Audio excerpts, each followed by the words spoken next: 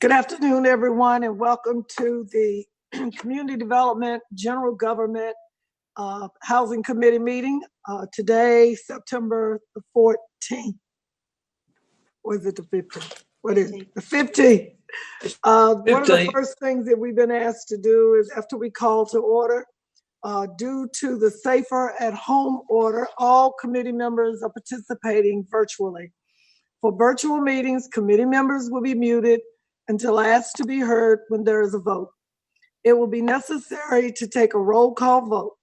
A committee member will be recognized and will raise their hand and state their vote.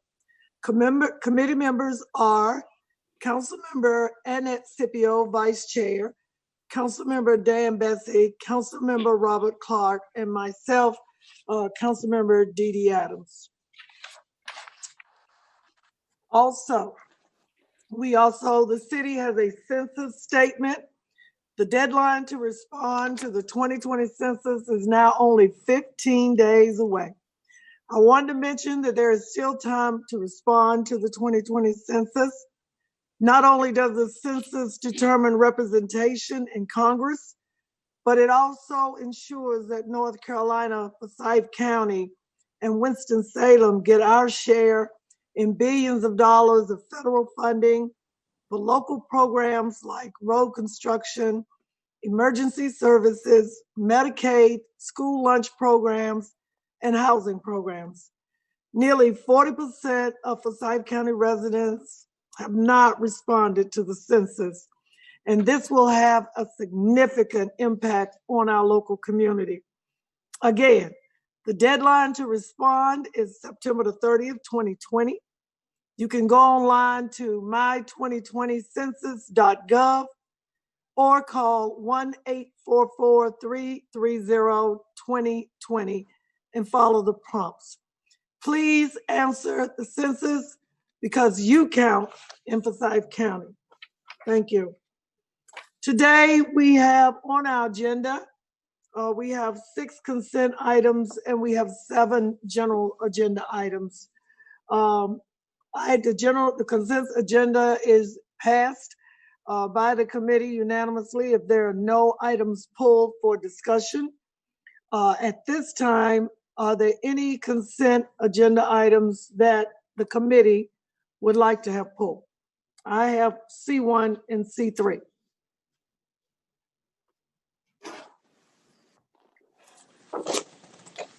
I'll move the balance on the approval on the balance. Councilmember Clark has moved for the balance of the consent agenda. Is there a second? Councilmember Bessie or Vice Chair Scipio? Second.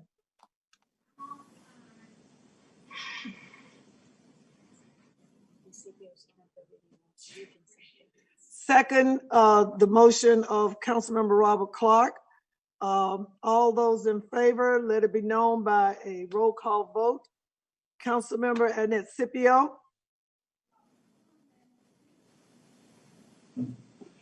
Councilmember Bessie. Aye. Thank you. Councilmember Bessie.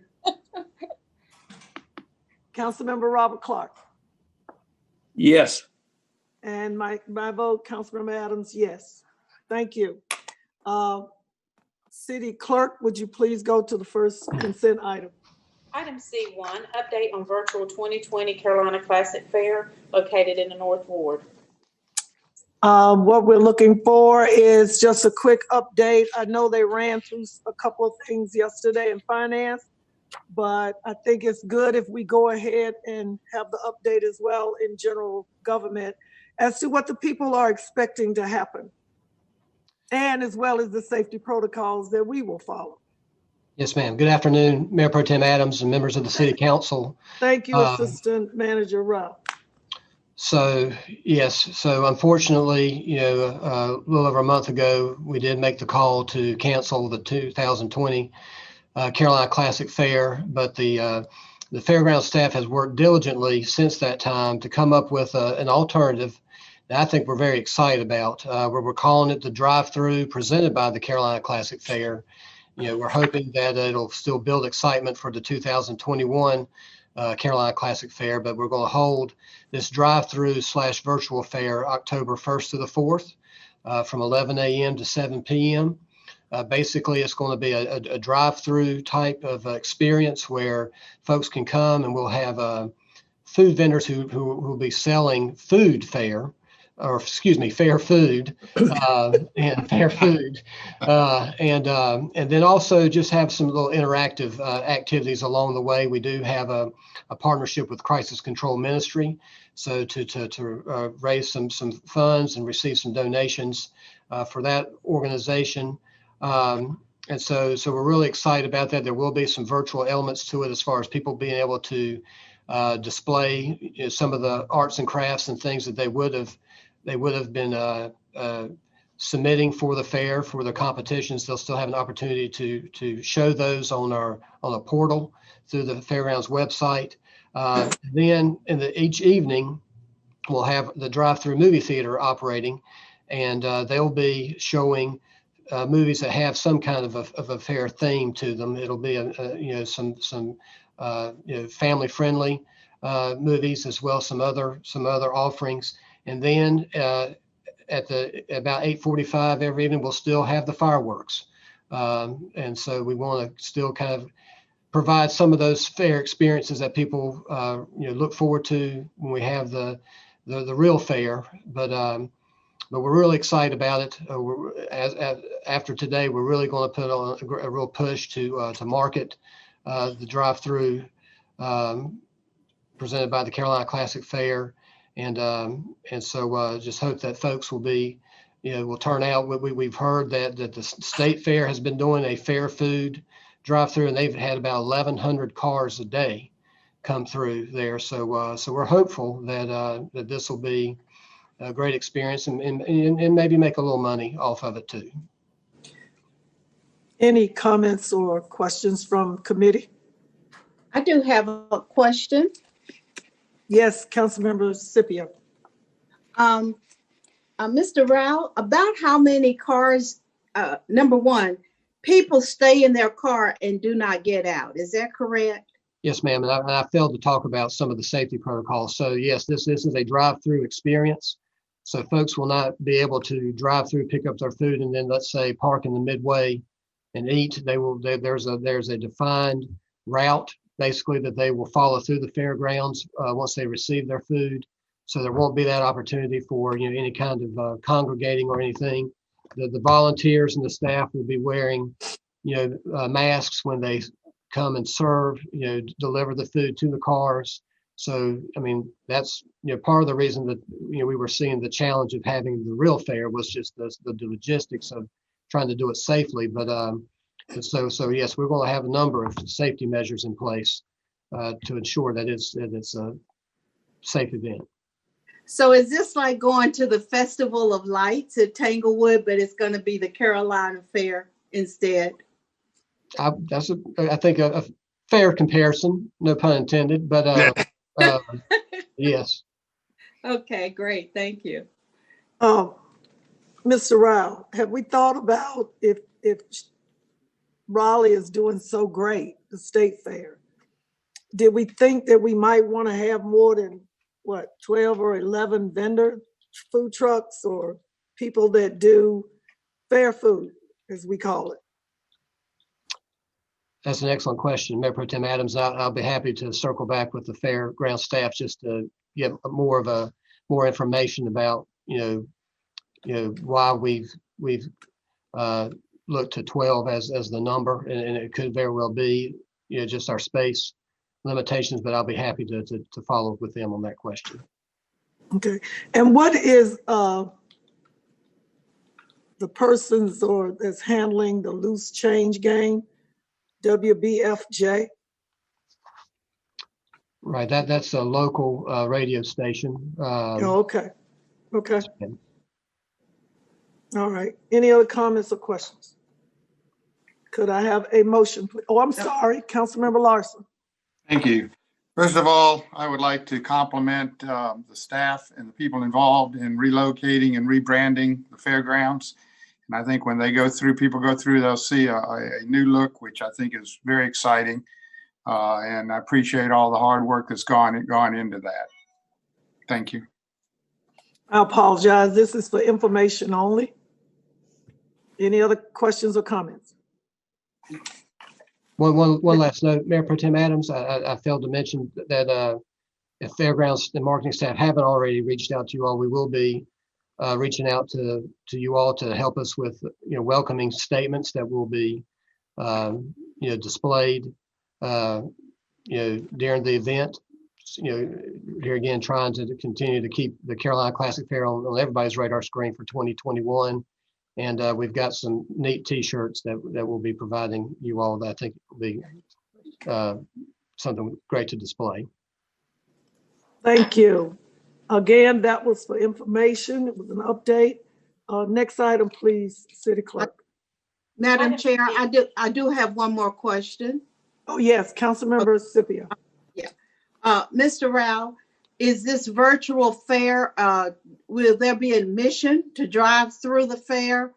I see there's an admission for the drive-in movie, but is there a fee to come and drive through the fair? No, I think it'll be just what they pay for the food. For the food. Okay. And then so the event runs from 11 to 7, and then at that point we'll transition over to the drive-in movie theater where there will be an admission for that. Okay, thank you. And Mr. Rao, that's why I was asking about the 11 or 12 vendors. I think you might want to go out there with the committee and walk that route again and line it up. I mean, if you're tasking people to call in their orders like we do now during COVID, online ordering and phoning it in, I think we need to look at, because you're talking about from 11 to 7 p.m. and most people still at home, they're going to get in the car and they're going to drive to the fairground for that candy apple or something. I know I am. So could you just kind of circle the wagons on that, please? Okay. Yes, ma'am. Thank you. Next item, City Clerk. Item C3, resolution ratifying continuation of a temporary COVID-19 shelter for persons who are experiencing homelessness and medically fragile, and funding not to exceed $188,500 per month to support the operation thereof. I'm going to be calling on Ms. Logan Ford or Ms. Newman, but because we're still in this pandemic, it's very important whenever there are COVID items on our agendas, whether it's consent or general. I think it's very important that staff reviews whatever the item is for the general public. Thank you. Good afternoon, Mayor Pro Tem Adams and members of the committee. The item before you relative to the medically fragile shelter allows us to continue operating the shelter under a slightly new arrangement. The medically fragile shelter was originally approved to open in April of this year, April 27th. And initially it was supposed to operate for 90 days or until FEMA approval to continue the operation of the shelter subsided. At this point, we continue to receive approvals from FEMA to continue the operation of the shelter. We realize that there is still a need. However, we now have an option to begin a partnership directly with the state, which would allow us to start to recoup some of the costs for operating the shelter sooner than waiting on the FEMA reimbursement to come in. So at this time, I would ask Ms. Newman if she would please walk through the details of the new arrangement with the state. Ms. Newman? Thank you. Good afternoon, Mayor Pro Tem Adams, members of the committee.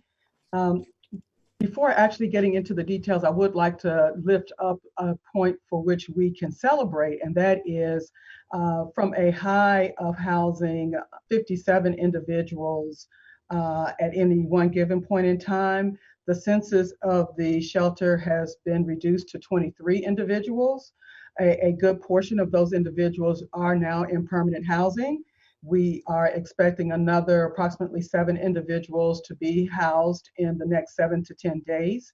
So the support services that have been provided at this shelter have proven very valuable and important because it has provided that pathway to permanent housing. And I just thought we'd pause a moment to recognize and celebrate that progress.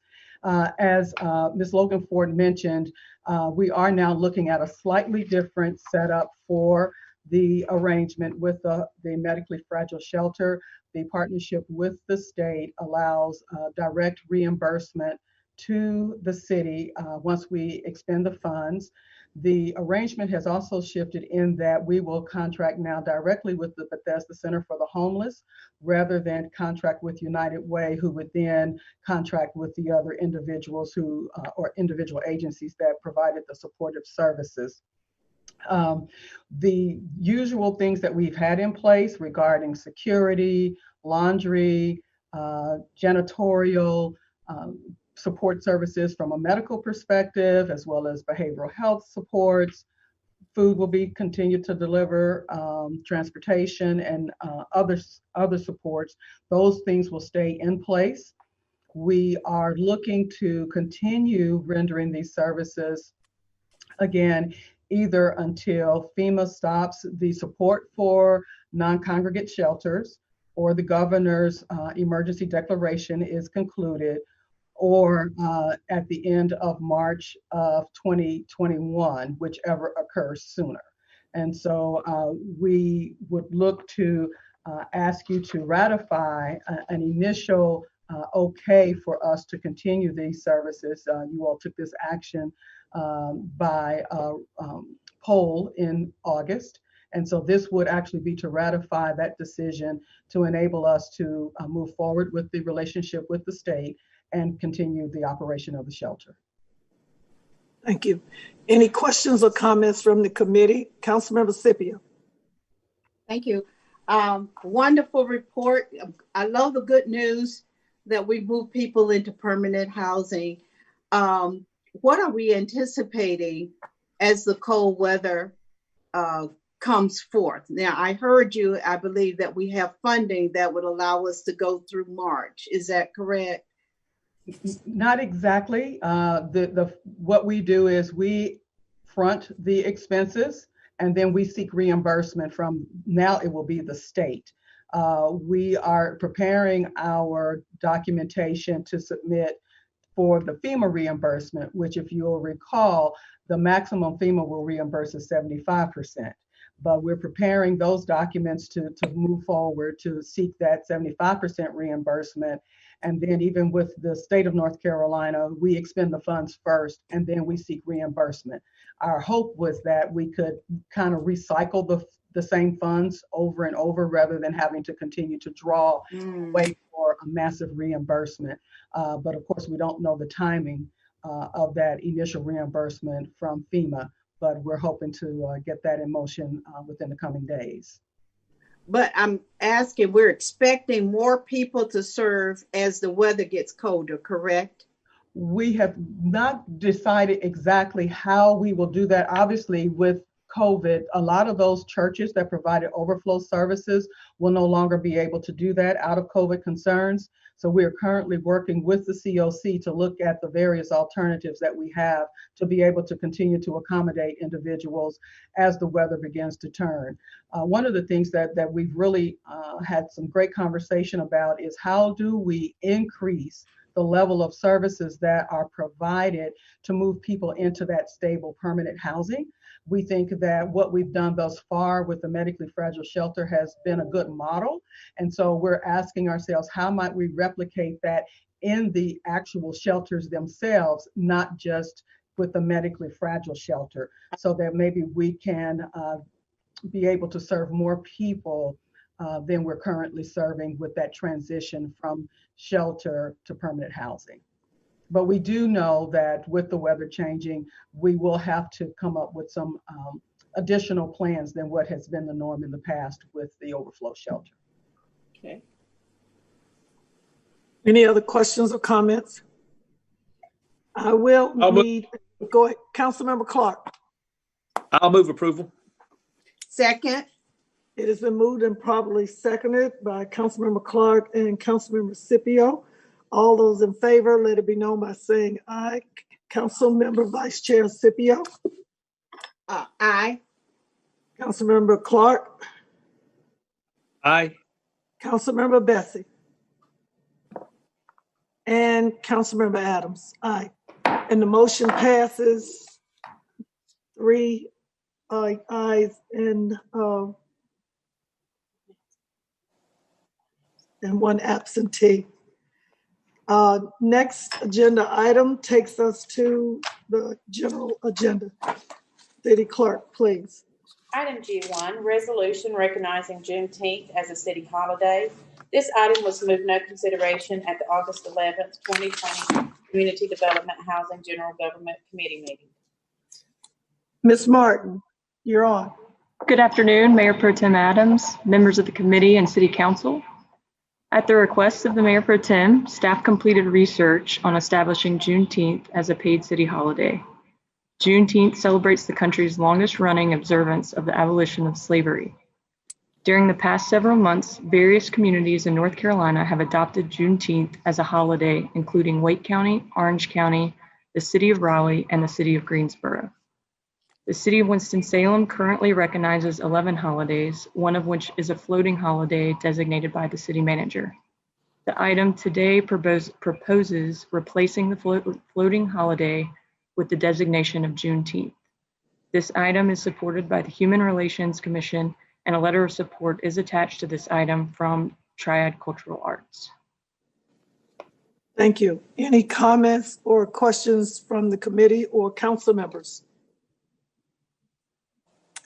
Councilmember Scipio. I think the notion of, I love Juneteenth, of course. I've been involved with the celebration here for many, many years. My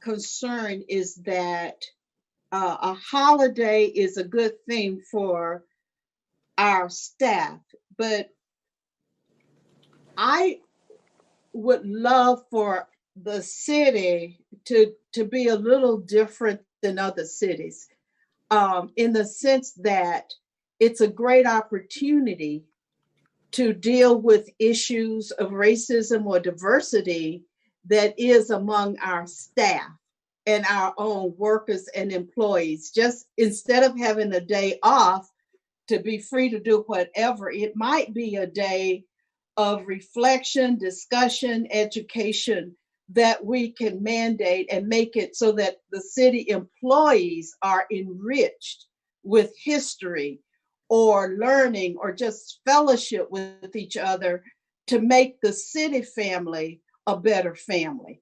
So that's my concern. I would rather pay everybody to let's build our city employee family in a very positive way, as opposed to just a day off without understanding the impact of what slavery has had on our nation and what it has done to create some of the gaps in life and living. So I would like to think that we could celebrate it by doing something positive with the staff as a paid day of learning, reflection, and growth and building family. Thank you. Councilmember Clark, did you have your hand up? Yeah, I was just going to say, this isn't a new holiday. We're simply taking a floating holiday and unfloating it, basically. Correct. Yeah. So no added costs. No added cost. I do want to be sure this is the right day everybody wants. I have gotten comments that this is a Texas holiday. I used to live in Texas. It is. But I will leave that up to more learned people than me. But I just want to be sure we pick the appropriate date. And I have no comment on what that date should be. Thank you. Any other comments or questions from the committee or council members in attendance? I would like to say that I've heard what the council members have said and committee members. Councilmember Larson. Yeah, I'd like to say emancipation is an incredibly important part of our American history. And it's a continuum. It starts, of course, with the Emancipation Proclamation issued by Abraham Lincoln. Juneteenth is part of that sequencing. It's sort of the last bastion of slavery out of the old Confederacy that gets put to rest finally in Juneteenth of 65. Slavery officially ends in the United States with the 13th Amendment, which was passed in December of 65, ratified rather by the various states by December of 65. If we're going to be celebrating emancipation, I'd like to see the word emancipation somewhere in the holiday. We celebrate January 1st, of course, is celebrated in part because of the proclamation, Emancipation Proclamation, but it gets lost in the celebration of New Year's. We don't really see that. Nobody remembers what happened on the 13th Amendment back in December 6th or whatever of 1865. So if Juneteenth is going to be a celebration of emancipation, I'd like to move it a little bit beyond the discussion of simply what was going on in Texas on that particular day and put the word emancipation, Juneteenth Emancipation Day, in the discussion so that we can recognize the full scope of emancipation.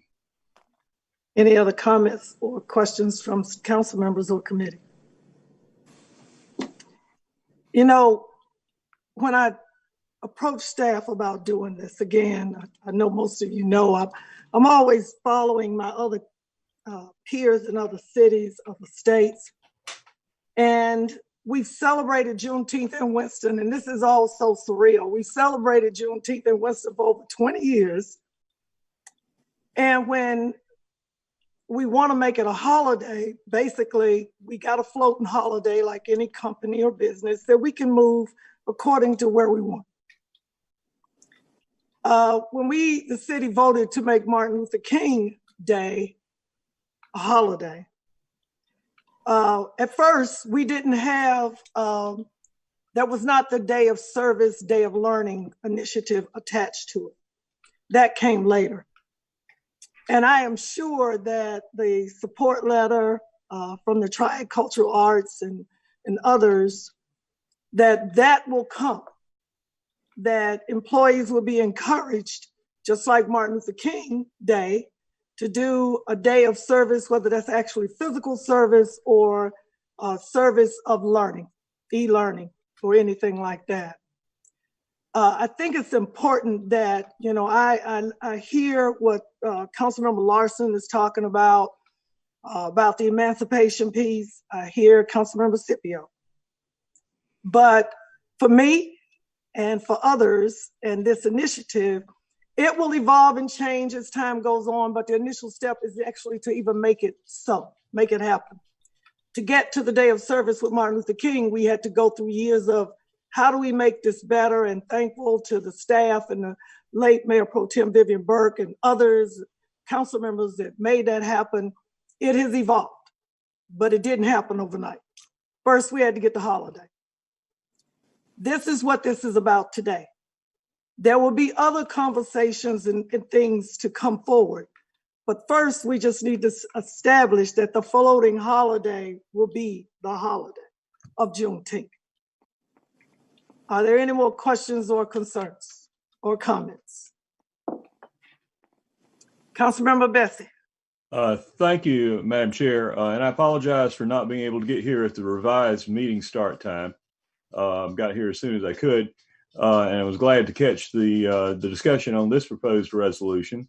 I remember Councilmember Scipio's comments from previously about the possibility of other meetings, or not other meetings, excuse me, but other dates that might have local significance.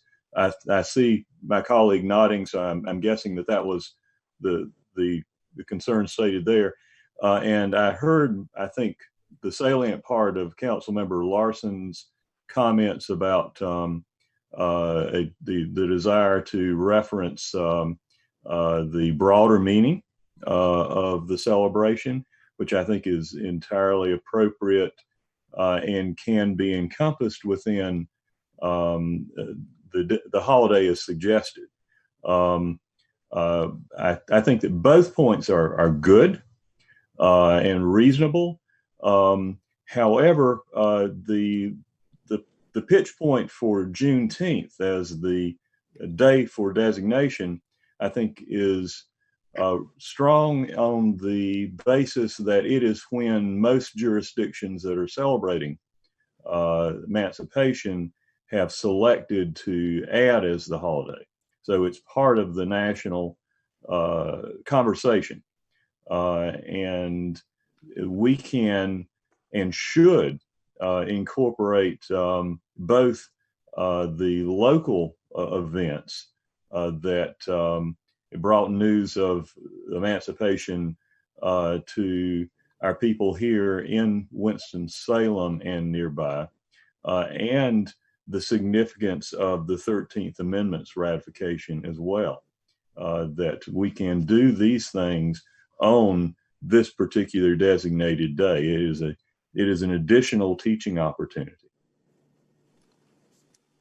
I'd also, thank you, Councilmember Bessie. I'd also like to comment that the item that we discussed on the consent agenda that was first, the Carolina Fair, when we began to bring about the suggestion that we change the name, the brand, what we did was, and I would hope that we would do this with this, we need to let the community help us decide this, because if we allow the council members to decide, it might get a little sidetracked.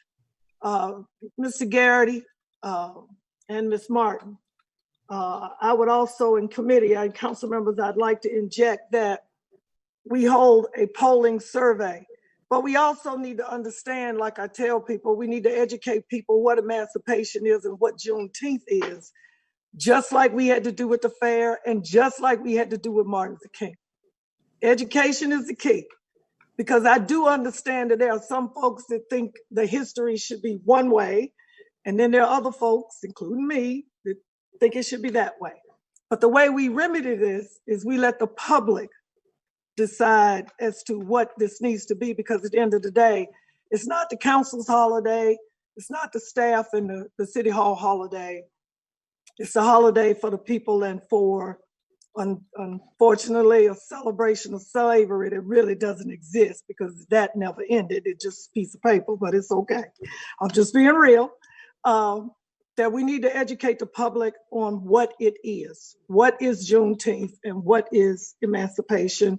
Why is that January 1st? What happened in Galveston? What happened here in Salem and Winston-Salem?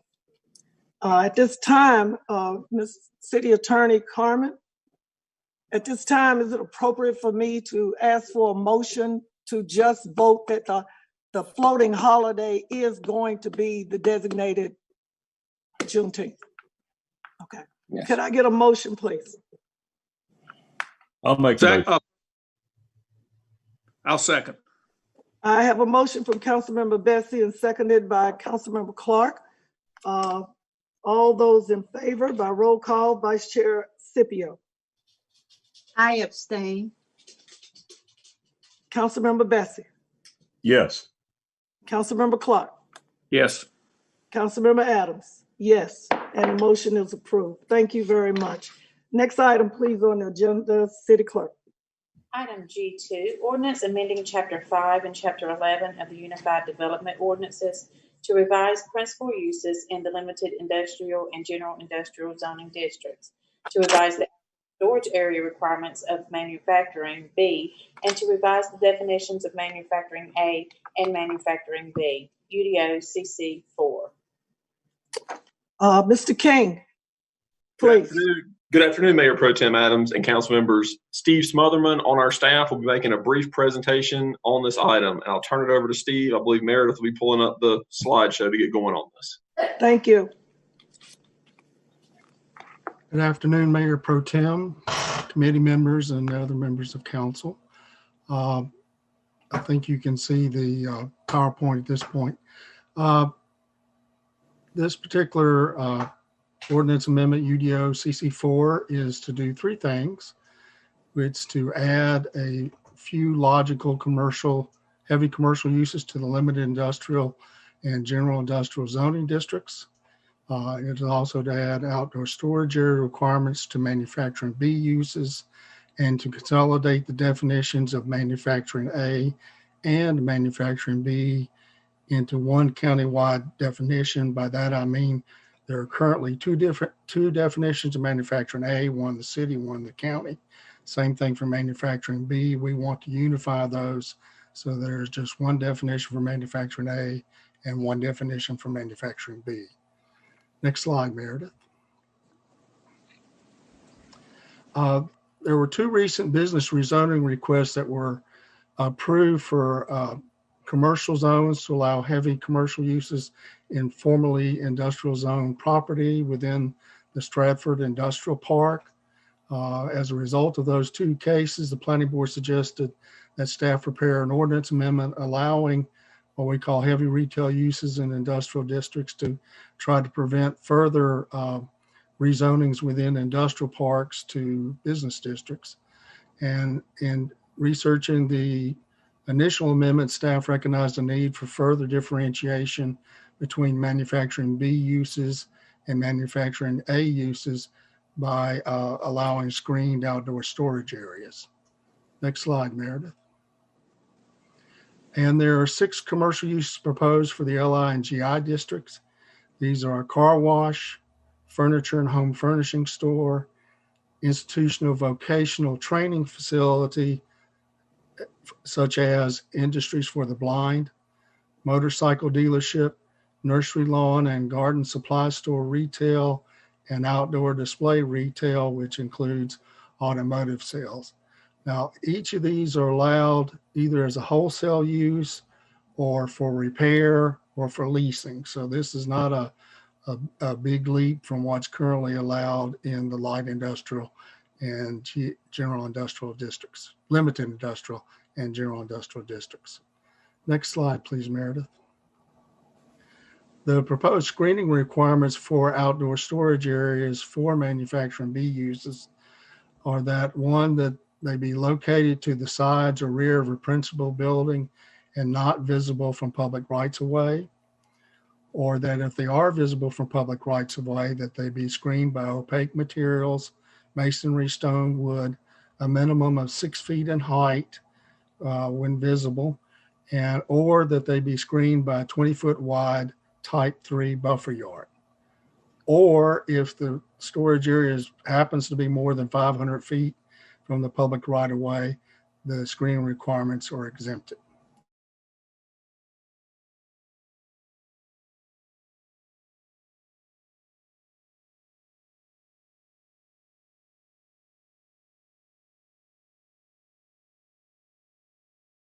Uses still do not allow any outdoor storage.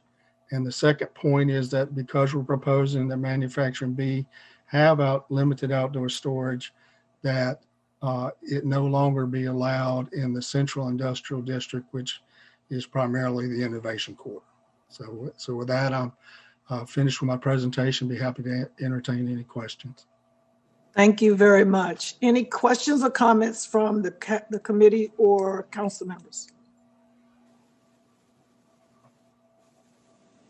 Councilmember Scipio. I move for approval. Second. It has been moved for approval by Vice Chair Scipio and Clark. All those in favor, let it be known by saying aye. Vice Chair Scipio. Aye. Councilmember Bessie. Aye. Councilmember Clark. Aye. And myself, Councilmember Adams, yes. Next item, please, City Clerk. Item G3, ordinance amending section 3.2.2 of the Unified Development Ordinance relating to certificates of appropriateness, UDO-CC 5. Mr. King and your staff again, and just for the council and the general public, the council made a decision along with staff about 3-4 years ago, maybe, that we would start to go through our UDOs and look for areas that we could edit and clean up and make better based on the usages that we see now in the present time. Mr. King. Thank you, Mayor Pro Tem. I will echo what you said. That amendment that Mr. Smotherman just covered, I wouldn't be surprised if you see more of those. Land uses are changing quickly in our world. Staff is keeping a close eye on that, so don't be surprised if we bring you more amendments in line with what you just described. I'll turn this item over to David Reed on our staff. David is going to give a very brief summary of this text amendment. David, if you're there, go ahead and begin. Okay. Yes, we do have a PowerPoint. I can just go through those items. This is UDO CC5, and it is the petitioner is the Planning and Development Services staff, and the request is to extend this time frame for which the HRT upon complete applications, certificates of appropriateness, or COAs. Next slide, please. The UDO requires the HRC to act on COA applications within 120 days of submission. The emergence of COVID-19 has limited the HRC's ability to hold regular in-person meetings. We were unable to hold 3 meetings in the spring, but we started up again in July. The state legislature recently enacted a new rule requiring all parties with standing agree to holding a virtual public hearing, and that limits our ability to have virtual meetings. Next slide, please. The North Carolina general statutes already allow the HRC up to 180 days to review a COA application. And as a consequence of meeting cancellations related to COVID-19, 2 COA applications were automatically approved in June. Both of those met the requirement of the guidelines, and we're not concerned that they were approved without having a decent hearing. Next slide, please. The planning board held a public hearing and they unanimously recommended approval of this text amendment. And I'd be happy to answer any questions you have. Thank you, Mr. Reed. Any comments or questions from the committee? Councilmember Robert Clark. Yeah. Is this a permanent change to 180 days, or this would only go in effect if there was a inability to meet in person? It would be permanent so that it was there in case we did have that problem again. So it would some type of emergency or governor's mandate would trigger it, something like that. Correct. Now, Councilmember Clark, I can add to that. The intent is we certainly don't want to take any longer than we need to. Yeah. But should we get into a situation where we're for whatever reasons we're not able to have those in-person meetings, this gives us a little more breathing room so that we're not having COAs automatically approved. Yeah, and I think both those are admirable goals. 1, to do it promptly, but 2, not to have some situation where they get approved without approving. Thank you. Any more comments or questions? Move approval. Excuse me.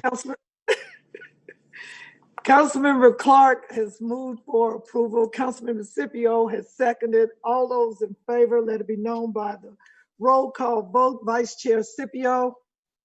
Yes. Councilmember Bessie. Yes. Councilmember Clark. Yes. And Chair Adams, yes.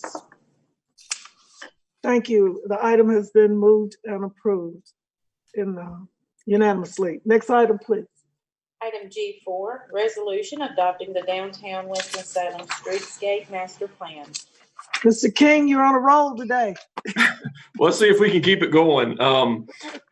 Mayor Pro Tem and council members, I would like to introduce Mukul Mahutra with MIG. He is the Director of Urban Design, and he is going to be making the presentation for this item. This is a plan we've been working on for quite some time, and we're excited to bring to you. It's something that is sorely needed in our community, and I will turn it over to Mukul to let him begin his presentation. Thanks, Aaron. Good afternoon, Mayor Pro Tem Adams and member of the council and members of the committee. Next slide. The Downtown Winston Streetscape Master Plan is building on project goals of improving safety and comfort for all users of the public right-of-way within downtown, encouraging walking, biking, and providing a clear roadmap for phased improvements. There is a clear goal to enhance downtown's unique identity, as well catalyze economic development with regards to existing and new businesses, as well as attract new residents. Next slide. The project built on a 16+ month long process that included stakeholder meetings with city and agency staff, business and property owners, Downtown Winston Partnership, artists, creative class, and of course, neighborhood residents. As the next slide shows, we got a lot of good feedback from the community, including an engaging and interactive online survey. Over 1,100 people participated, and we got over 7,000 plus individual map improvements, giving us great information as to how the different improvements should happen all along our downtown. Next slide. We also had design charrettes and open houses where the community members got a chance to actually build their own streets and come up with different ideas. All of these ideas were evaluated, and the preferred concepts are incorporated in the master plan. Next slide. The master plan clearly builds on what makes our downtown unique, including its regional and local context, the great history, different modes of travel, including pedestrians, bicyclists, transit, and drivers, a great mix of uses and destination, and of course, a continuing development synergy and investment. But as the next slide shows, we also have a number of challenges, including different lengths of blocks. We have a right-of-way that is very constrained. The right-of-way goes from sometimes 40 feet to 70 feet. And we have competing users for our right-of-way, including pedestrians, bicyclists, transit users, as well as drivers. We have very little space for our trees, and we have an inconsistent palette of furnishings. As we walk or bike, we see how they vary every other block. Next slide.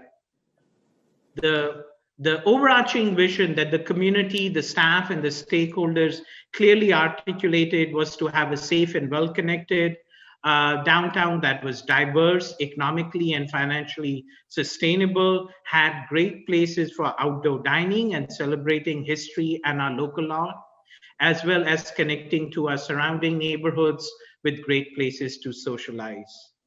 Next slide. We clearly see that based on all of this, we came up with a distinct criteria that builds on existing and future adjoining uses, the right-of-way, modes of travel, existing and future roads. And there were 4 different types of streets that we came up. The first is destination street, as we see in the next slide. And these streets would be streets such as 4th Street and Trade Street, which should be considered as destination streets with outdoor living rooms. They move traffic slowly, respect the pedestrians, great places to stroll, gather, eat outside, have iconic art, and make sure that we have parking lanes that are flexible lanes that can be converted to a better purpose as and when the stakeholders want. As we have seen in the next slide, in streetery that is happening in downtown, we are seeing our parking lanes are being repurposed, and that's what we want to see more and more in our downtown to help local businesses, but also the community at large. Next slide shows the second typology, which is the community connector street. These are streets such as Cherry and Main and Marshall, and they connect our downtown to surrounding neighborhoods and districts, and they serve pedestrians and bicyclists, as well as transit users. As with all streets, the community clearly requested that they be well-lit, well-signed, and tree-lined. The third category in the next slide is the neighborhood street, which is more like 1st and 2nd streets. They are narrower streets, and they serve primarily residential neighborhoods. They can also be tree-lined and provide opportunities for parking as and when needed. In the next slide, we have the last type of street, which is the urban flex streets. These are streets that are going under transition like Poplar. They could become a community connected street or a destination street, but they should always remain tree-lined and have outdoor gathering areas. Next slide. We also, for all of these streets, came up with design guidelines with regards to what the roadways should be, the travel lanes, the flexible parking lanes, width of crosswalks, sidewalks, what kind of lighting and street furniture we should have. And then more importantly, looking also as the type of trees and the tree spacing that we should have to make sure we have a tree-lined downtown. In the next slide, we clearly have a streetscape palette, overarching themes, common themes included. They should be high quality and maintenance friendly, but they also need to respect the unique context of our historic downtown as well as emerging neighborhoods, but be multi-purpose and multi-benefit.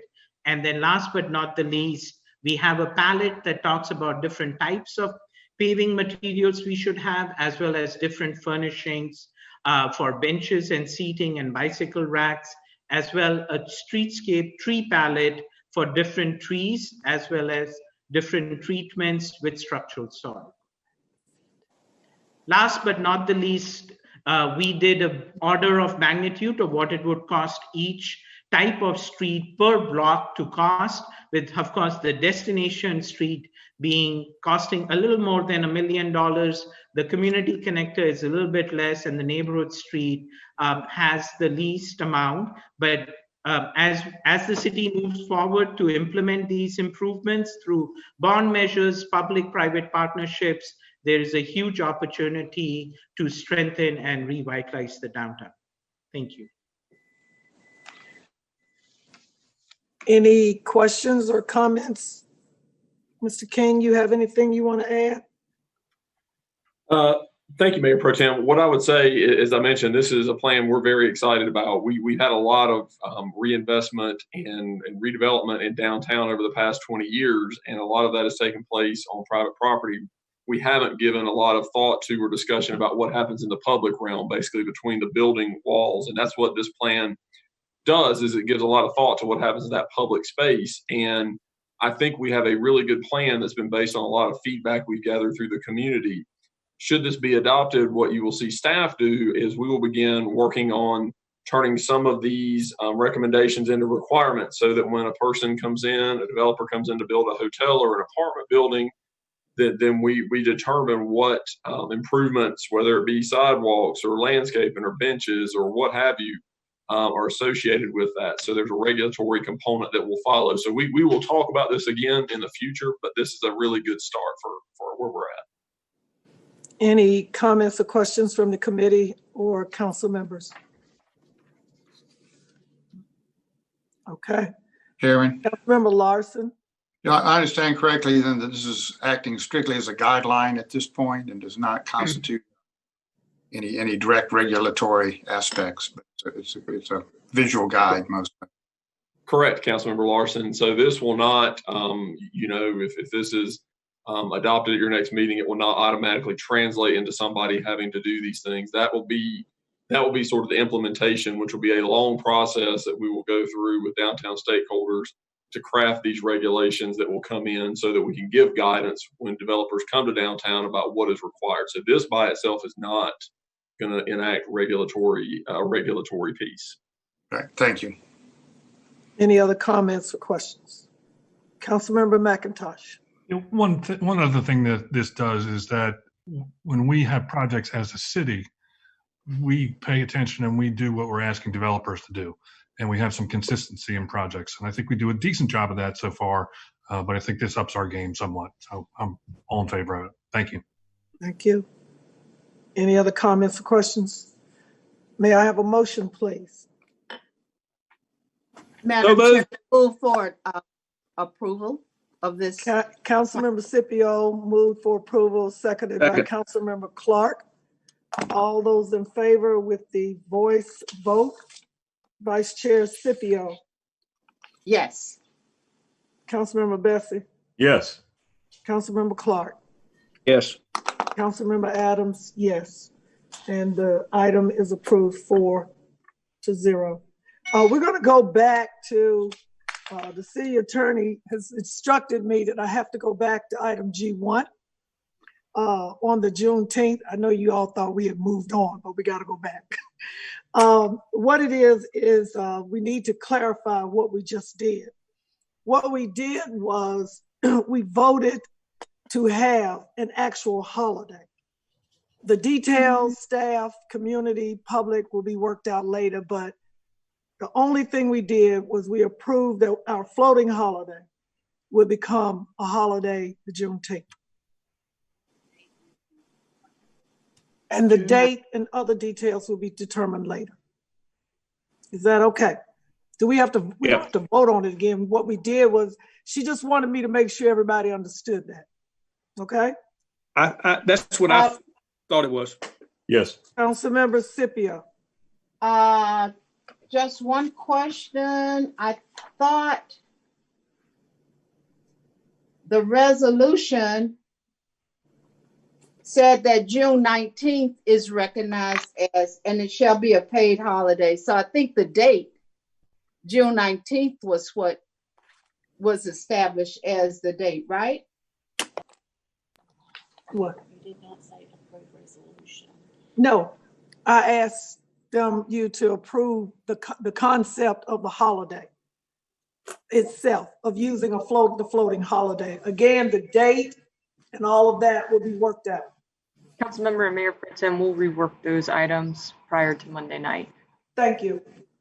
And the resolution will be reworded for Monday night. Okay? Madam Attorney, is that okay? That's okay. All right, good enough. Next item, please. Item G5, consideration of items relating to financial assistance to Share Co-op. Resolution authorizing financial assistance to Share Co-op for Harvest Market located in the South Ward, and ordinance amending the project budget ordinance for the city of Winston-Salem, North Carolina for the fiscal year 2020-2021. Thank you. As many of you know, as Councilmember Clark said last night in the finance meeting and the council meeting before, that this item has come to community development, housing, and general government, and it hasn't gone through finance. So we want to realign the ship, but it's okay. But we're going to go ahead and we're going to let Mr. Raleigh and the Share Cooperative present. You have the floor, Mr. Raleigh. Thank you. Good afternoon, Mayor Pro Tem Adams and members of the committee and council.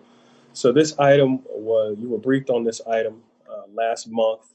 It was brought to you for information at the request of Councilmember Larson. It is a request from Share Co-op for a loan in the amount of $300,000 to support the development of the Harvest Market, which is a full-service grocery store that's proposing to operate under the cooperative model. The market would have a focus on providing fresh foods at reasonable costs to families in and around the areas that are designated as food deserts. This particular market, they are proposing to open it in the West-Salem Shopping Center. There's an 8,700 square foot tenant space that they're prospectively looking to locate this market. West-Salem Shopping Center is located at the intersection of Peters Creek and Academy Streets. Share has submitted a pro forma that put the total startup cost for the market at approximately $2.4 million.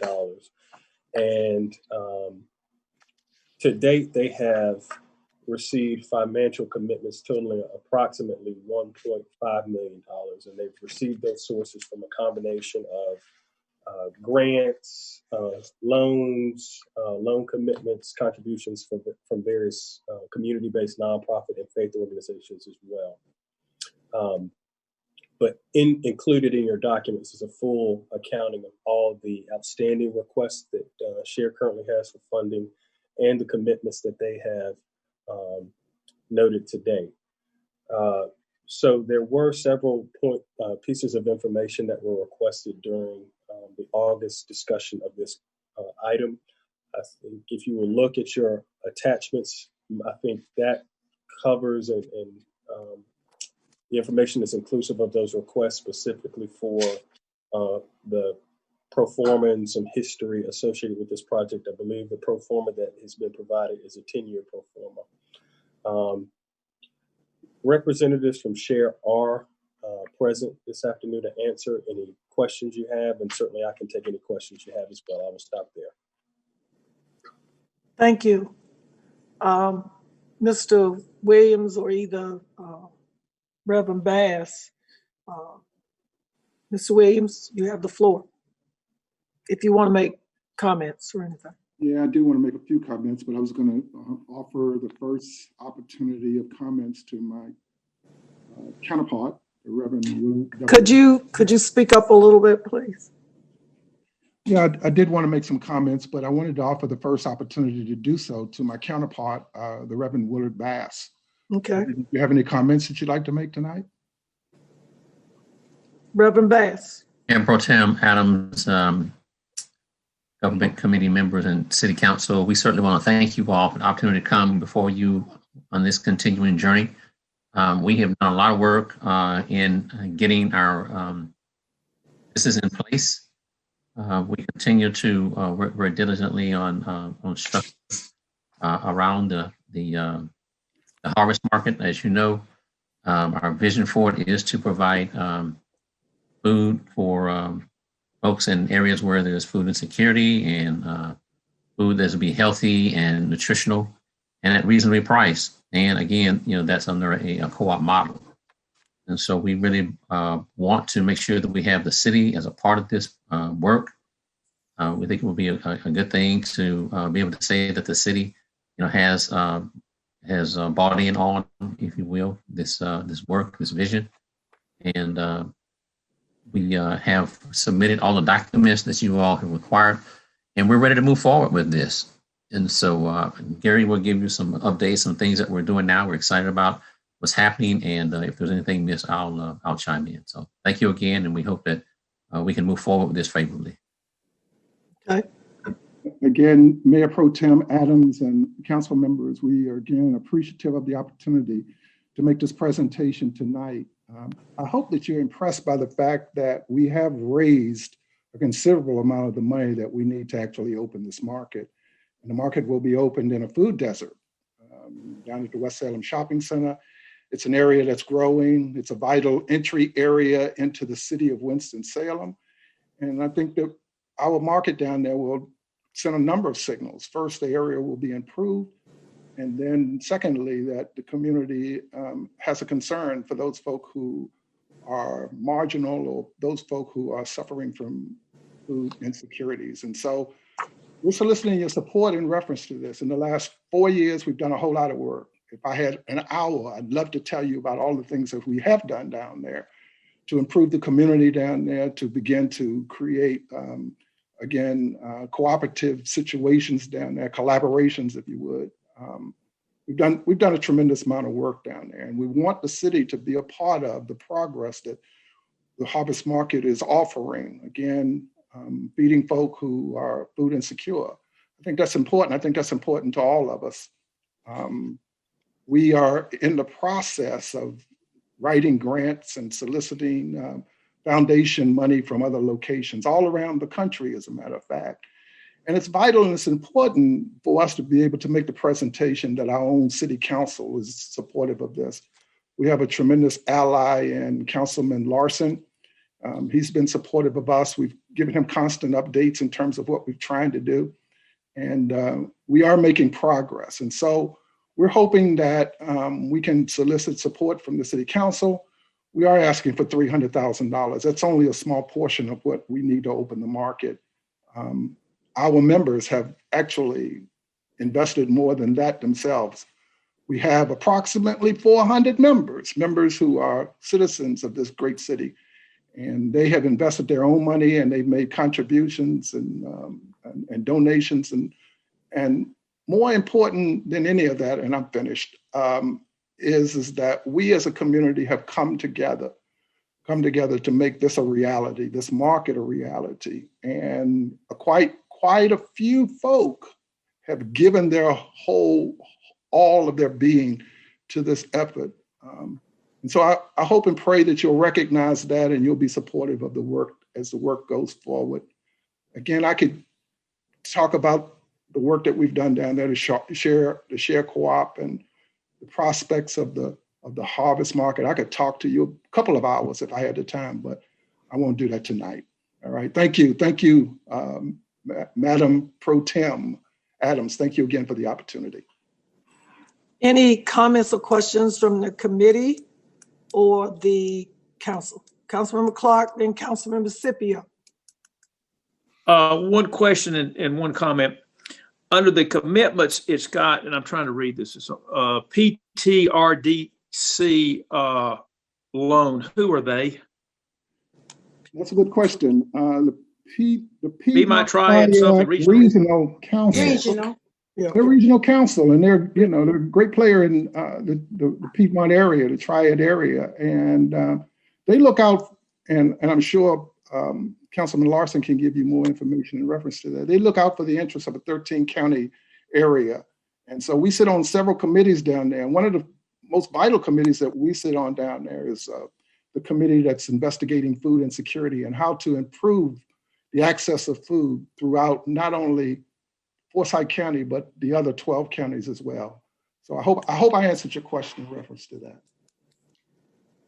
Yeah, okay. Councilmember Scipio, you got another question?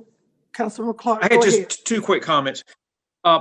First off, I know the next committee is out of sync with the general government. We skipped this at our August meeting. I was expecting it to be on the agenda yesterday. It was not.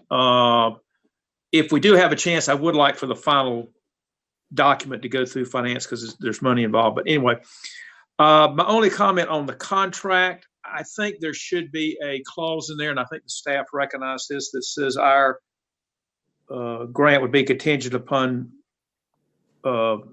written documentation that the 2.4 million has been met.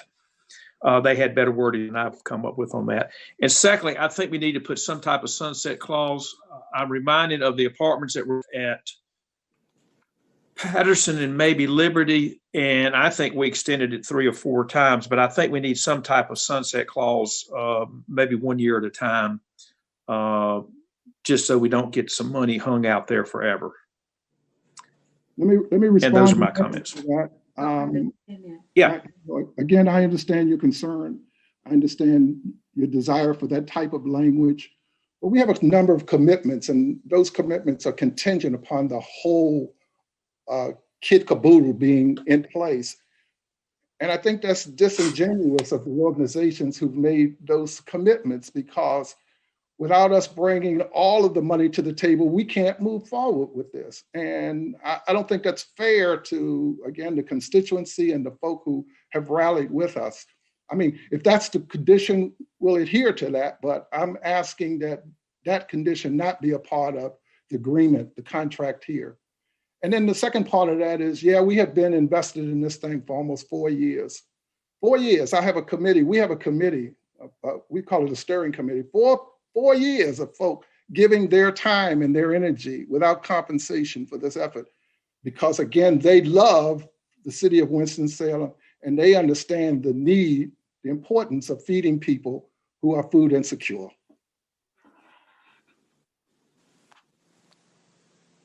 Councilmember Scipio. And then Councilmember Clark, I'm going to come back to you. Mr. Raleigh, Evan Raleigh, is this a grant or is this a loan? The assistance that's being requested would be a grant. And is this coming from our Economic Development Loan Fund, which implies that proceeds from that fund are paid back because it is a loan? So, Councilmember Scipio, the suggested funding source is actually fund balance. Yes, from the Economic Development Loan Fund, but it is unencumbered, balance that the committee and council have the discretion to issue to entities in the form of a grant or a loan. Have we, in the past, have we ever given a grant of this amount as an economic development grant that really, it came from the loan fund? Councilmember Sylvia, to my knowledge, I don't think we have made a grant, that at least not one that I can think of in recent memory, from this particular source. We've certainly made economic development grants, but not, I don't believe, from this particular source, but this is a source that we had available to us. Okay, thank you. And then to Mr. Williams and Mr. Bass, the harvest market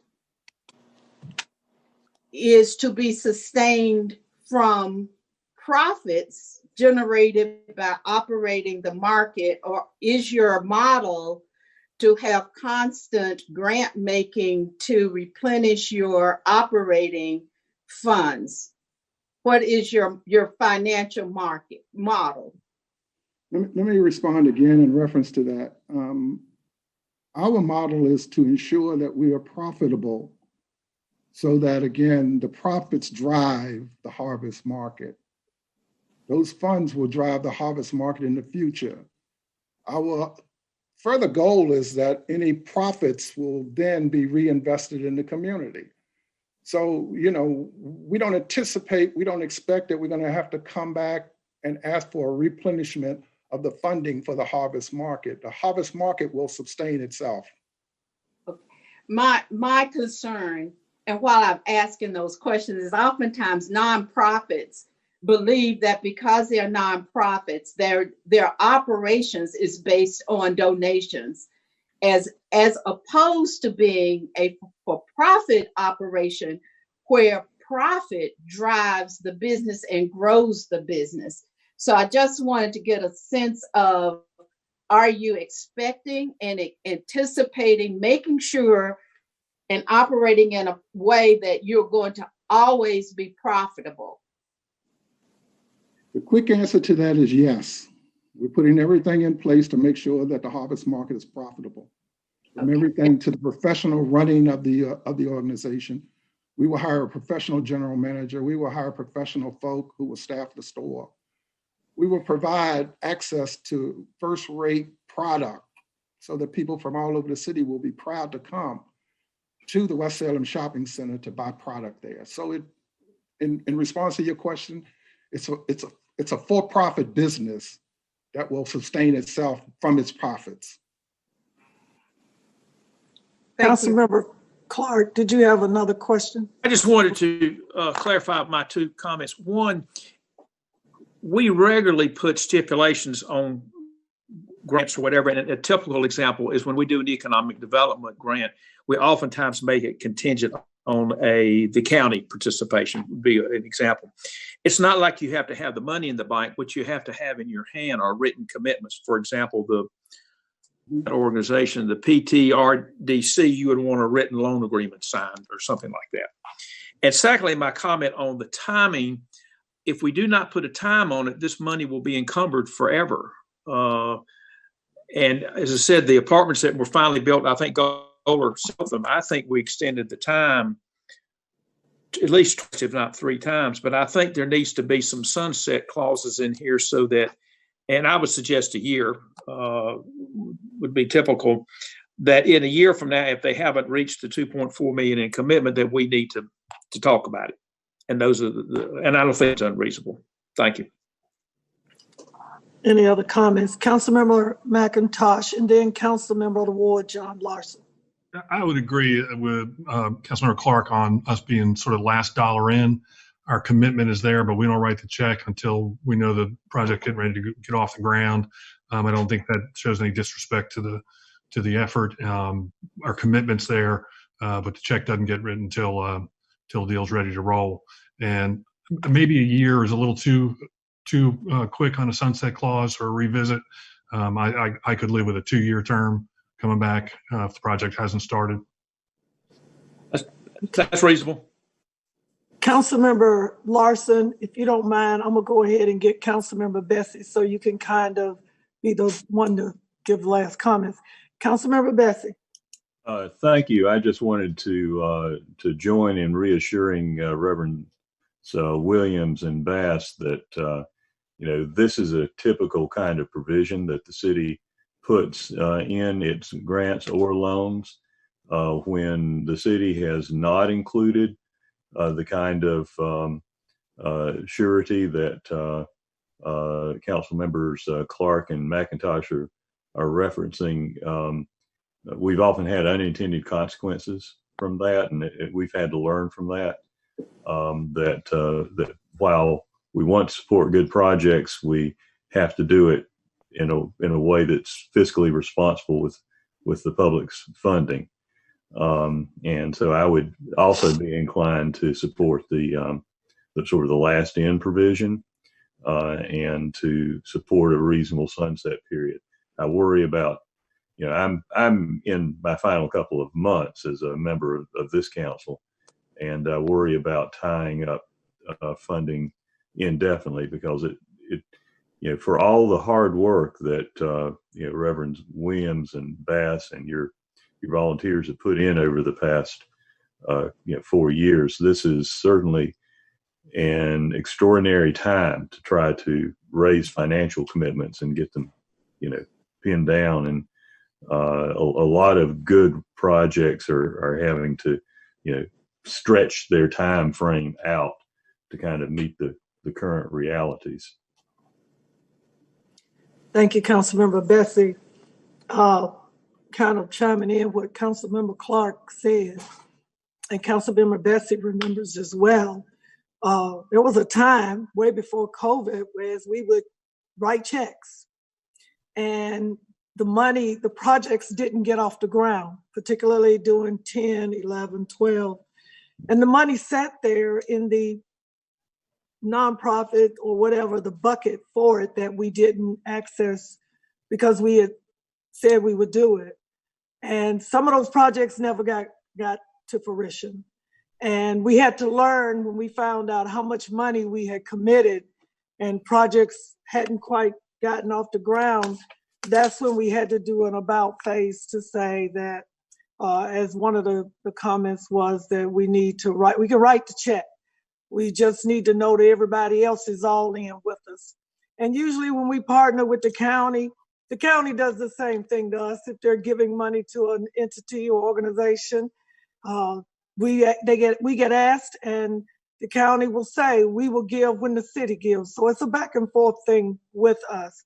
I'm now going to go ahead and let the council member of the ward speak. Councilmember Larson. Thank you, Chairman. This project has been a long time in the making. I remember when I first came on council, one of the first things that was passed was a feasibility study, which involved trying to determine whether this was the first location, what kind of business model could be followed, what the economics of the whole situation would be, and the city helped fund that. And that was the first money the city put in, I believe, about $20,000. Since that time, the city has not really provided any financial support for this effort, and yet the project's gone forward. 400 members have joined, $1.5 million have been raised. And if you look at basically what's being asked for today, with the $300,000 is less than 13% of the overall budget of the project, which is a relatively amount of skin in the game, as it were, is relatively small compared to a lot of the projects that we funded in the past. What I appreciate with this is a variety of things. One, I think the location is exceptional. We know that Peters Creek Parkway is a corridor that needs attention right now. We've done studies on it, and it's time to invest in it. And this is the northern end of it, part of the gateway to the city, which has been mentioned. It sits right across the street from investment that was made to tear down the budget in.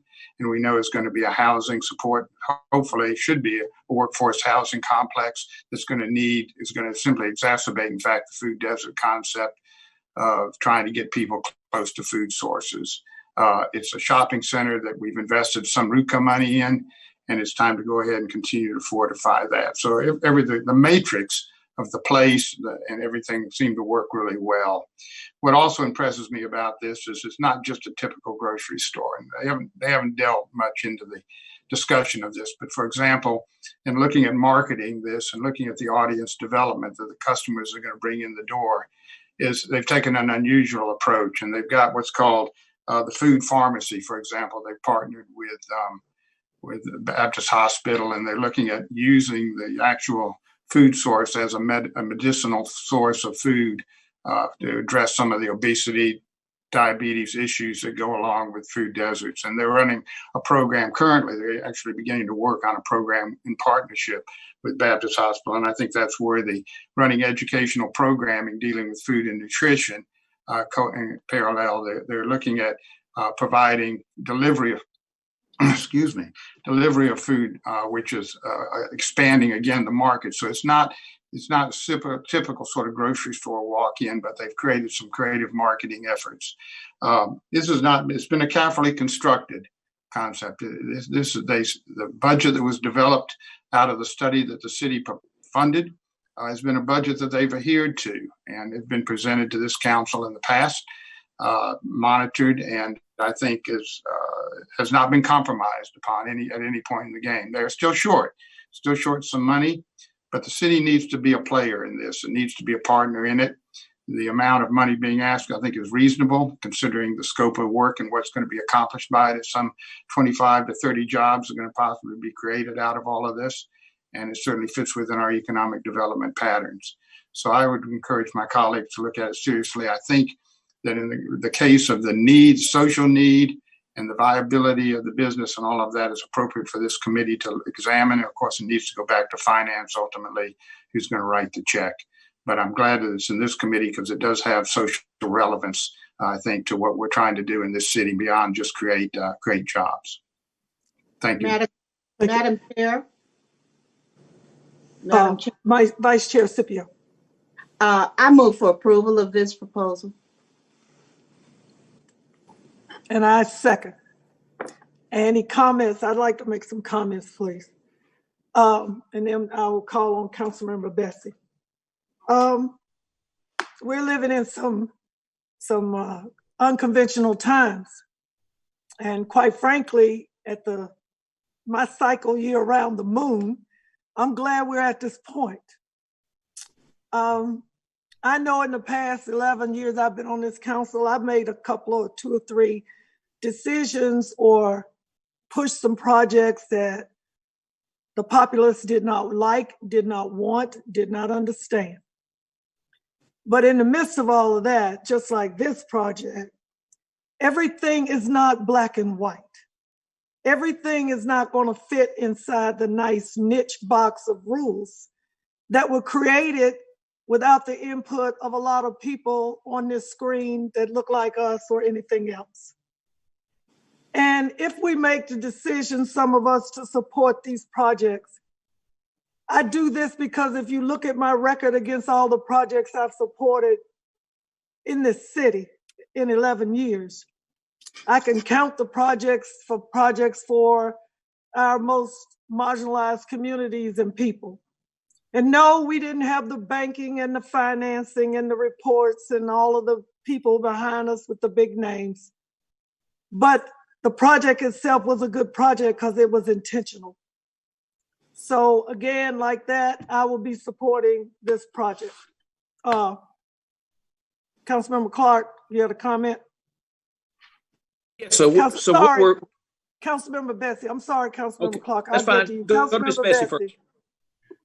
I just wanted to clarify the motion. The motion, as I understand it, would be for approval with the additions that have that last dollar in provision, and the suggested 2-year sunset, and that before it comes to the full council, we'll go through the finance for nailing down the source of the recommendation. Is that correct?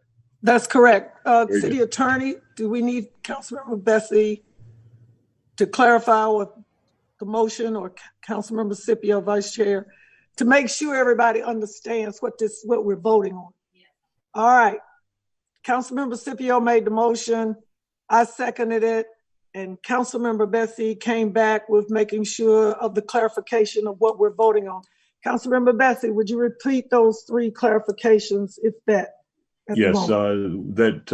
the grant have this, the standard last dollar in from the city provision that there be a 2-year sunset, and that the next step for the proposal would be the finance committee, where they can review and finalize the source of the funding.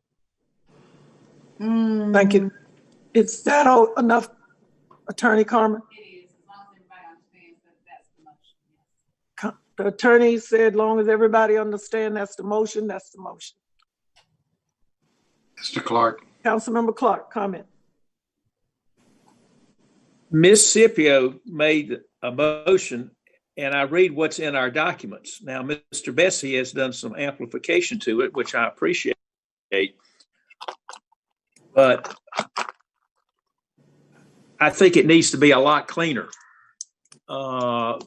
When you say a lot cleaner, So Councilmember Clark, what are you in referencing? writing, I think a motion should have all the things written down, because what Ms. Scipio made the motion on is what's in our package, and it doesn't have any of that language. It simply says we approve a $300,000 grant. Can we can move this forward without a recommendation with the language gotten to council before the meeting on Monday? Can we not do that? What we can do is staff, if the motion is amended based upon the clarification made by Councilmember Bessie, we can go ahead and amend the resolution to put those items in it. So when you vote on the item on Monday, it would have those points in the resolution, if that's what you want to do. So what I needed for Councilmember Scipio to restate her motion with the added text. Councilmember Scipio. Except one clarification. If you put in there, it has to go to the finance committee. It does not come to us on Monday. That's right. Yeah. It will come to us in next month, October. Right. That's right. Okay. Is everybody clear with that? Any comments or questions? I just have a question. Councilmember Scipio. Are 3 members of the finance committee here currently? Everybody should be here. I'm sorry? Councilmember Taylor. Taylor's not here. But the others are. I am. You're going in and out. You're going in and out. Oh, really? I am in agreement with the sunset clause, but I'm not sure it needs to go back to finance at this point, since we have 3 members of that committee here. I don't know if it needs to go back and be stalled another month. That's just my concern. City attorney.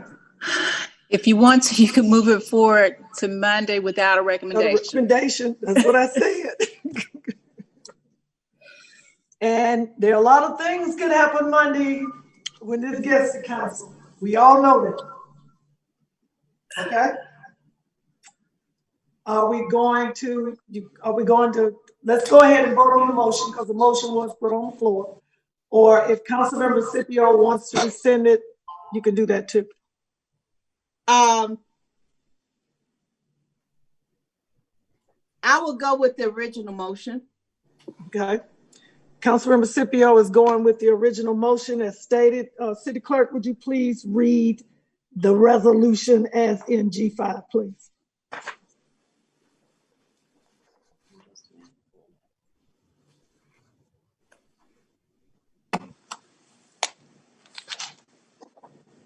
Where it starts, resolution authorizing. Resolution financial assistance to Share Co-op for Harvest Market.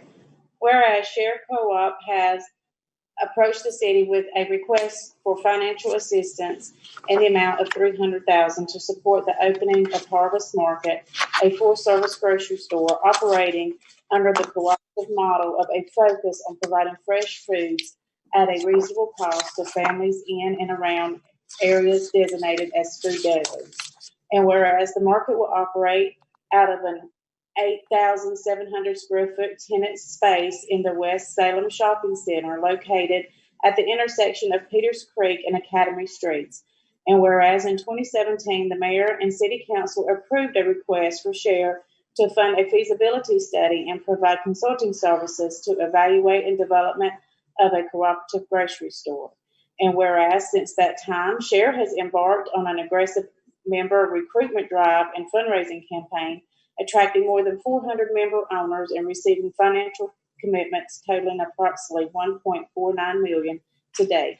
The consultants enlisted to develop the feasibility study identified an initial startup cost of approximately $2.4 million to date.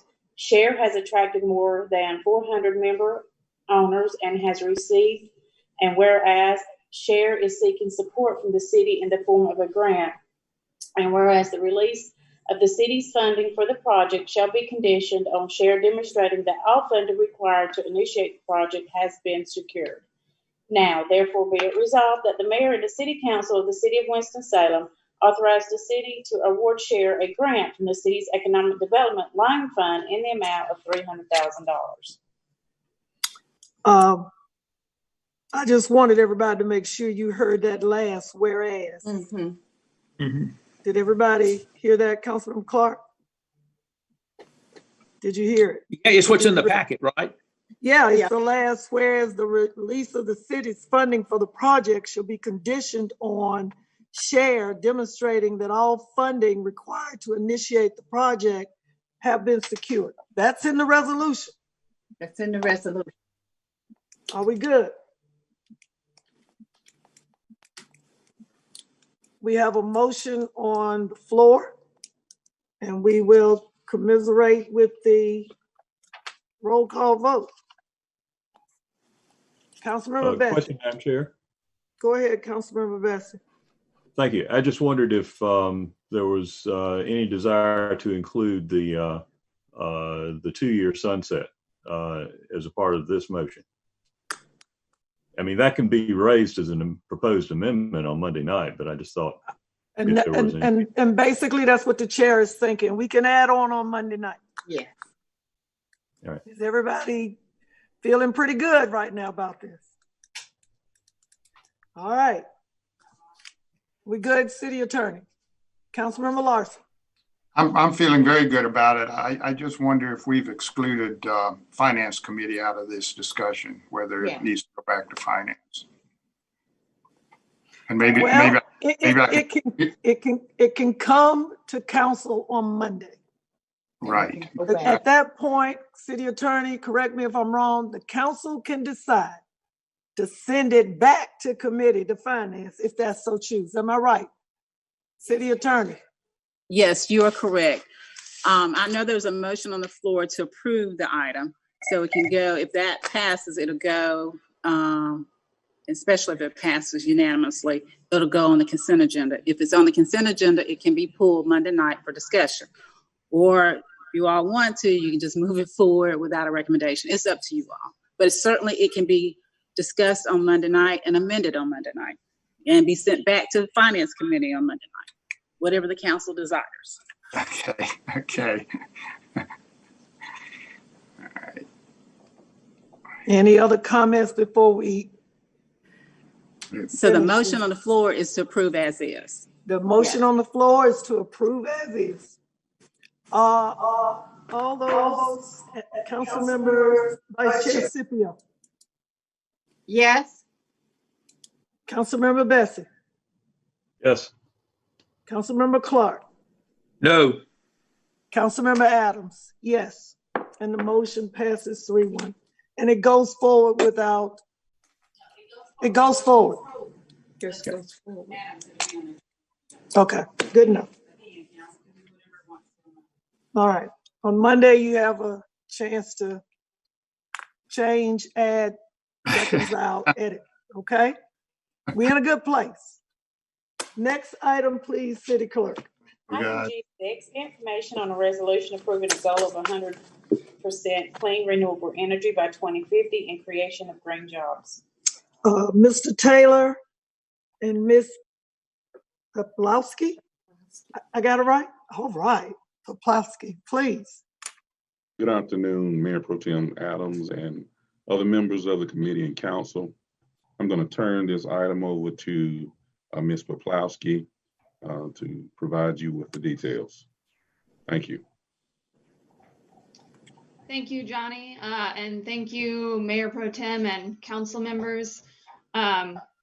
This is a resolution that was passed by the Forsyth County Commissioners back in December of 2019, and then was presented to our Community Sustainability Program Committee to review for our own city operations as well.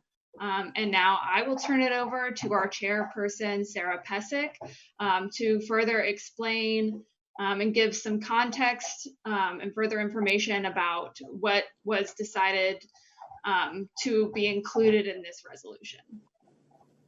Thank you. Well, thank you, Helen and Johnny, and thank you, Mayor Pro Tem Adams, council members, and members of the committee.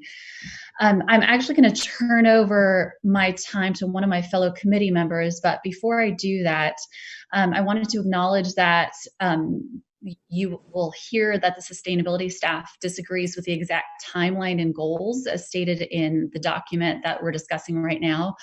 But we believe that as an advisory entity, and after having seen what the county resolution was that was passed in 2019, and given conversations with local organizations and other residents, we feel that the city is ready to be a leader in green jobs and renewable energy in ways that will serve the residents throughout the city, as well as finding ways to do it in a way that makes fiscal sense.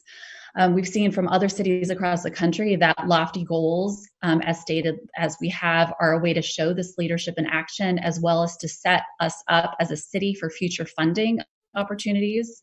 I have experience with ERA funding back in 2009, and I know Rajesh is going to mention that as well, but to be ready for funding that may come down the pipeline from state, federal, and foundation entities.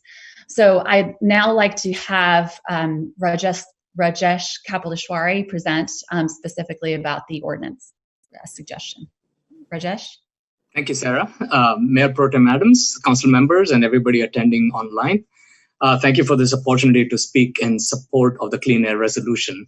Not only am I a member of the Sustainability Committee, but I'm also a practicing engineer for the last 25 years, and I've done energy efficiency, sustainable design, resilient designs across the country. Before I talk about the resolution, I do want to acknowledge something of paramount importance. I know you're very concerned about the confluence of crises that we have right now.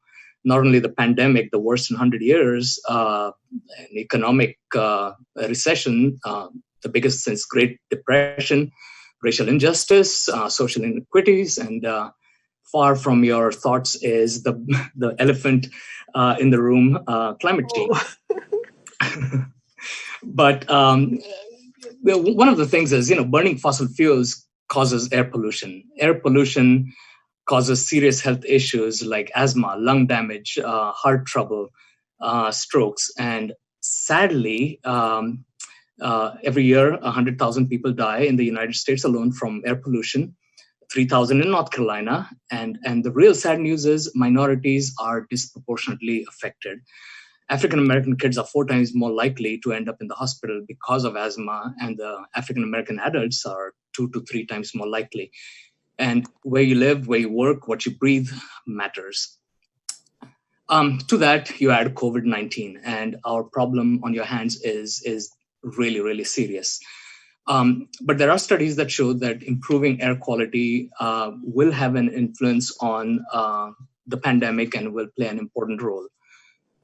So burning fossil fuels, yes, the air quality problems, but also climate change. Turn on the news and you see the West is burning. The Midwest is routinely underwater. The Gulf Coast is also suffering. There are 5 named storms today in the Gulf, unheard of. In the last 5 years, we've had the 5 hottest years of the planet. Here in North Carolina, we've had 2 500-year storms, and even our county was inundated with displaced people looking for shelter. The problem is here, it's costing us money.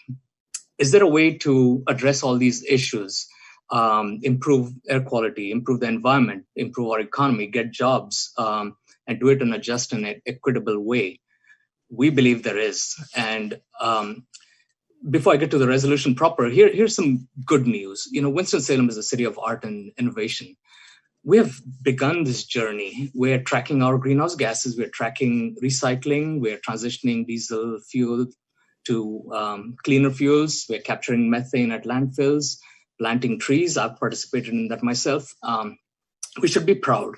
But is this enough? No, I don't think so, because our problem is getting more severe as time is going on. In 2017, US announced withdrawal from Paris Climate Accord. And I was so proud that Mayor Alan Joynes signed the Mayor's Climate Agreement within a few months, pledging to honor the commitments of the Paris Accord. Governor Cooper has issued Executive Order 80 that talks about climate change, transition to clean energy, saving 40% of energy by 2025. I'm also proud of NCDEQ, which released the NC Clean Energy Plan. The cover says, a strong clean energy economy to create good jobs and healthy environment. Last year, you guys created our sustainability committee, and we are trying to make suggestions to fight climate change, improve health, social justice, and hopefully save you money in the meantime. So we unanimously voted for supporting this resolution, and we think it's time to make a case for our values and what the City of Innovation stands for. So what's in this resolution? Really nothing new. It reinforces the past commitments. It talks about Executive Order 80, Paris Climate Accord. It's asking for energy conservation in a big way, and it's asking to transition to clean, renewable energy. Actually, even Duke Power has committed to carbon neutral by 2050, so that's what we are saying over here. But in addition, we are asking for social justice and developing programs to help the vulnerable communities. What can we do to reduce their energy costs? What can we do to reduce their exposure to pollutants? How can we improve their quality of life? How can we promote green jobs, green job training, and improve the economy? And really, this is not an uncharted territory. 160 cities have already signed this last year, 23 communities in North Carolina, including Forsyth County. Why now? Well, yes, I understand we're in recession and there is COVID-19, but the environmental issues are not going anywhere. We have a ticking time bomb, and the sooner we act on this, the better. And here's the interesting thing. In Europe, the stimulus was passed and it was strongly tied to clean and green economy.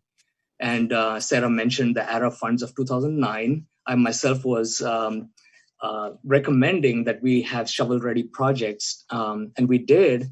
And we had over $10 million of renewable energy and energy efficiency projects for our clients.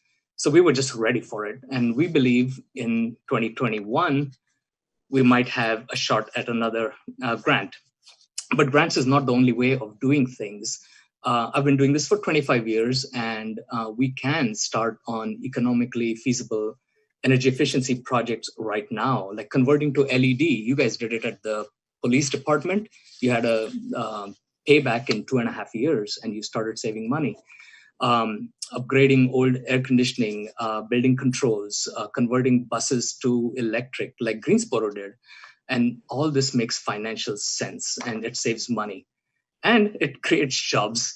And clean energy jobs are 12 times faster growth than the US economy. And that's something to think about for our community. So in closing, yes, they are very challenging times, and the timing is a little awkward, but this is an opportunity of the lifetime. Every day we waste is we are getting behind. The cost of doing nothing, or the cost of business as usual, is much higher than what we are already paying. We need to aim high.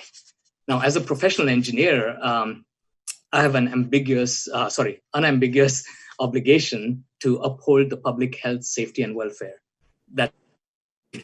Now, I believe as elected officials, you have a similar responsibility, and we share that.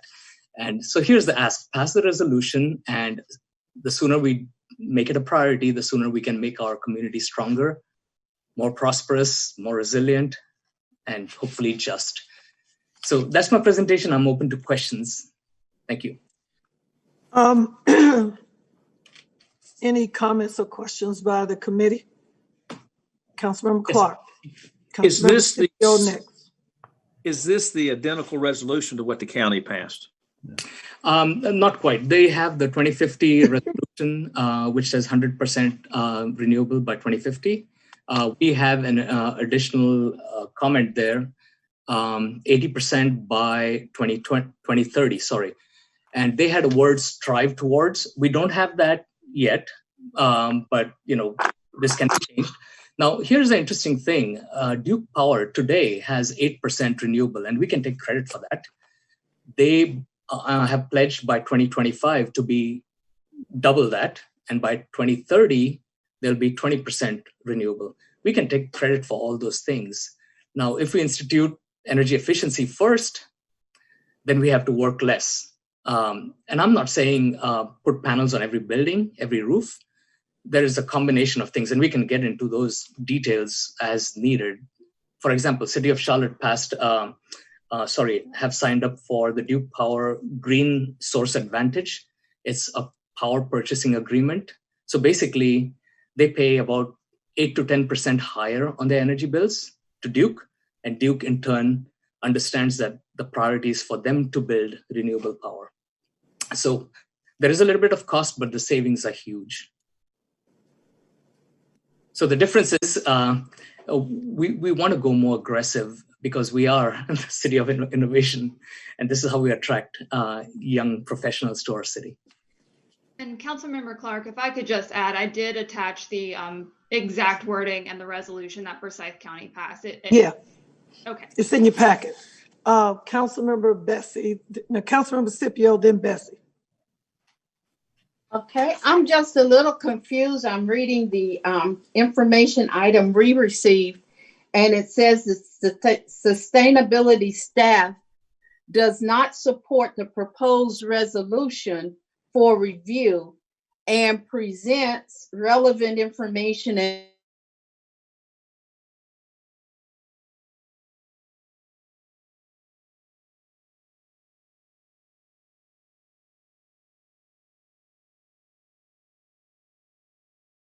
to committees to help advise us. But I need to understand, where's the disconnect?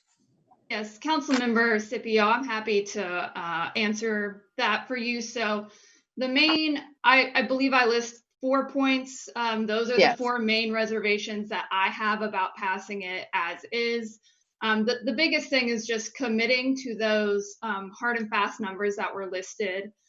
Even if we do include what Duke Energy has in terms of renewable energy right now for our own city operations, we would be responsible for installing 74% of that renewable energy capacity in the next 10 years. So that was my biggest concern there, is just the feasibility of actually meeting those goals. And then the other items, I believe number 7 in the resolution, the next item on the agenda, I actually propose in place of that. And then the other 2 comments, one Rajesh has touched on about if we do the energy efficiency first, that would reduce the amount of investment we would need to cover that renewable energy goal. And then the final one was just consulting with the City County Utility Commission before we pass this, assuming that the resolution is for all of city operations, that would include the utilities department. And the way that group functions is a little bit different. And they would also need to sign on to something like this if they were to be included, which it is implied they are. So those are the main hesitations I have about passing it as is. And just so everyone will know, This is for information. Yes. And just so the committee and council know, we got one more item to get through to be finished at 6. Just want to, and it's a sustainability item. Councilmember Bessie. Thank you. I just wanted to start by saying that I am a strong supporter of aggressive action to move toward clean energy. I understand the reality of the climate crisis, and it's absolutely true that it won't wait for us to start working. Having said that, I see some real problems with the language of the resolution draft as it comes to us. I am not comfortable voting yes on that resolution as written in its entirety this evening. I had urged consideration of a simplified resolution which identifies some overarching key goals and instructs the Sustainability Commission to develop detailed, specific action plan recommendations. And that would still be my preference to recommend to the council. I think that we can combine strong end goals with early and continuing action on specifics, and that would be a better way for us to go.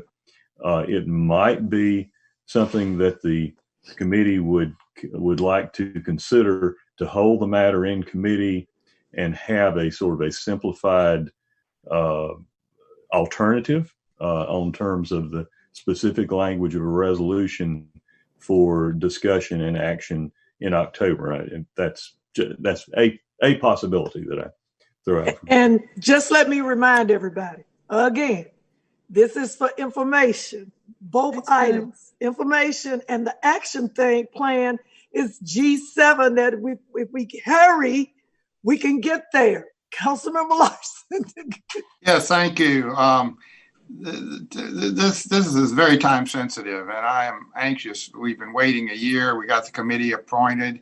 We've been waiting a year for some recommendations. It's a very aggressive program. I'm not afraid of that. I do think we need to go to utilities, though, and get some counsel from them, simply because they overlap so much in what we're talking about here. So if it's held in committee, I think we could send it over immediately to the Utilities Committee, get their input from it. If we want to tweak it a little bit while it's in your committee and seek other council members' opinions and what have you, I'm welcome to do that. But I applaud the effort by the council to bring something forward finally that the city can begin to act upon and chew on to get something done. Needs to be done. And any council member, committee members, staff, you can get with the Community Sustainability Program Committee and give them input. That's what committees want. They want your engagement. They want your input. Councilmember Clark. Since this is information only, since this, what? Can I speak? Yes. Oh, I say, since this is information only, I'll defer my comments to a later time. Thank you. Thank you. Do you want to say one more thing? Yes, please. So the council member Bessie mentioned that simplifying the language. So after his recommendation, actually, we did simplify the language. So the one that we have included here is basically just 2 or 3 main parts: 80% by 2030 and 100% by 2050. And then asking for energy efficiency as a very, very strong first step. So it has been simplified, but I'm open to suggestions because we would like to move on this further. Thank you. So the Community Sustainability Program Committee look to hear or see emails or receive communication from council and others as to what they'd like to see. And I'm sure if your committee would like some help on the language, we have a great legal department that can help you with that and would be more than happy to. So let's get this right while we are. Thank you. Next item, City Clerk. Thank you. Item G7, information on internal sustainability action plan. Ms. Peplowski, who's speaking on this? So Mr. Taylor, Mr. Peplowski. I'm going to let Mr. Peplowski go ahead with this one. Thank you, Johnny, and thank you, Mayor Pro Tem, committee members, and council members. Just referencing the previous item, I do still think that action like this is important for our city to take. However, I've proposed this plan as a starting point.